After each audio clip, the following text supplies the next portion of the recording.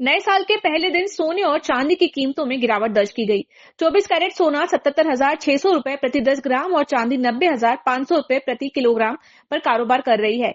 बाजार विशेषज्ञों का कहना है कि पश्चिम एशिया में संघर्ष और बढ़ती मांग के कारण आने वाले दिनों में कीमतों में तेजी की संभावना है। डॉलर की मजबूती और केंद्रीय बैंकों की नीतियों से भी बाजार में उतार चढ़ाव रहेगा। निवेशकों को सतर्क रहकर फैसले लेने की सलाह दी गई है। 2025 में निवेशकों को वैश्विक बाजार में व्यापारिक तनाव और भू राजनीतिक मुद्दों का सामना करना पड़ेगा। भारतीय बाजार घरेलू आर्थिक स्थिरता और सही रणनीतियों के जरिए इन चुनौतियों का सामना कर सकता है। विशेषज्ञों ने hero MotoCorp, national aluminium, Sonata software, Ashok Leyland और ऑयल इंडिया जैसी कंपनियों में निवेश के सुझाव दिए हैं। इन कंपनियों में 14% से 25% तक रिटर्न की संभावना है। वारी एनर्जीज लिमिटेड की सहायक कंपनी को बीकानेर में 2 गीगावाट सोलर प्रोजेक्ट के लिए बड़ा कॉन्ट्रैक्ट मिला है। यह प्रोजेक्ट सनब्रीज रिन्यूएबल 9 प्राइवेट लिमिटेड द्वारा दिया गया। प्रोजेक्ट का उद्देश्य ऊर्जा दक्षता बढ़ाना और स्वच्छ ऊर्जा की आपूर्ति सुनिश्चित करना है। इस खबर से कंपनी के शेयर में तेजी आई है। मंगलवार को इसमें 5% का अपर सर्किट लगा और इसका मूल्य 1,342.85 रुपए हो गया। विशेषज्ञों के अनुसार यह प्रोजेक्ट कंपनी के विकास में मील का पत्थर साबित हो सकता है।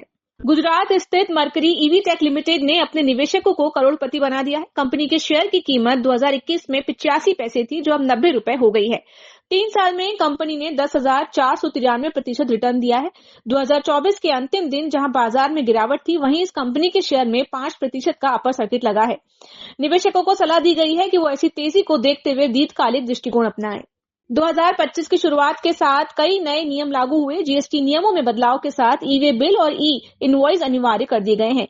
पेंशन धारक अब किसी भी बैंक के एटीएम से पेंशन निकाल सकते हैं। वाहन कंपनियों ने अपनी कीमतों में 2 से 4% की वृद्धि की है, जिससे एक नई कार खरीदना महंगा हो गया। वहीं व्हाट्सएप पर यूपीआई उपयोगकर्ताओं की सीमा हटा दी गई है, जिससे अभी भारतीय यूजर्स आसानी से भुगतान कर सकेंगे।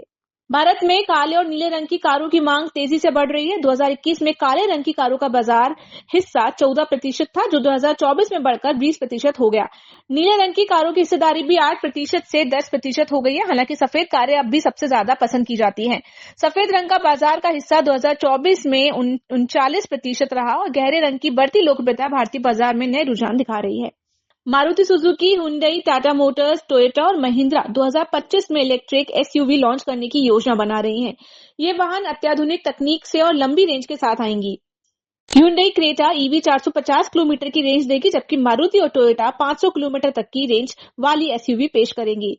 इन कंपनियों का उद्देश्य पर्यावरण अनुकूल और उन्नत वाहन बाजार में लाना है। रॉयल एनफील्ड हिमालयन 750 को हाल ही में यूरोप में टेस्टिंग के दौरान देखा गया। इस नई बाइक में 19 इंच फ्रंट और 17 inch rear wheels, dual disc brake और एडजस्टेबल सस्पेंशन मिलेगा। बाइक का डिजाइन एडवेंचर और टूरिंग के लिए उपयुक्त है। इसकी आधिकारिक लॉन्चिंग 2026 में होने की संभावना है। ईपीएफओ ने नए साल में 5 बड़े बदलाव किए हैं। पेंशन धारक अब किसी भी बैंक के एटीएम से पेंशन निकाल सकते हैं। उच्च वेतन पर पेंशन आवेदन के लिए नियोक्ताओं को 31 जनवरी 2025 तक का समय दिया गया है। सीआरआर में कटौती के बावजूद बैंकिंग प्रणाली में तरलता की कमी बढ़कर 2 लाख करोड़ रुपए हो गई है। विशेषज्ञों का मानना है कि इस कमी का असर उधारी दरों पर पड़ सकता है। दिसंबर 2024 में महिंद्रा एंड महिंद्रा और जेएसडब्ल्यू एमजी की बिक्री में वृद्धि दर्ज की गई, जबकि बजाज की बिक्री घटी है।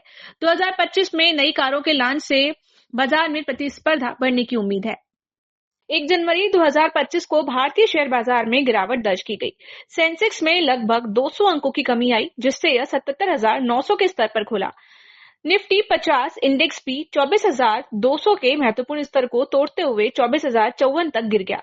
इस गिरावट का मुख्य कारण अमेरिकी बॉन्ड यील्ड में वृद्धि और विदेशी निवेशकों द्वारा पूंजी निकासी बताया जा रहा है। इसके अतिरिक्त अदानी विल्मर के शेयरों में 7% तक की गिरावट देखी गई, जो कंपनी की हिस्सेदारी बेचने के खबरों के बाद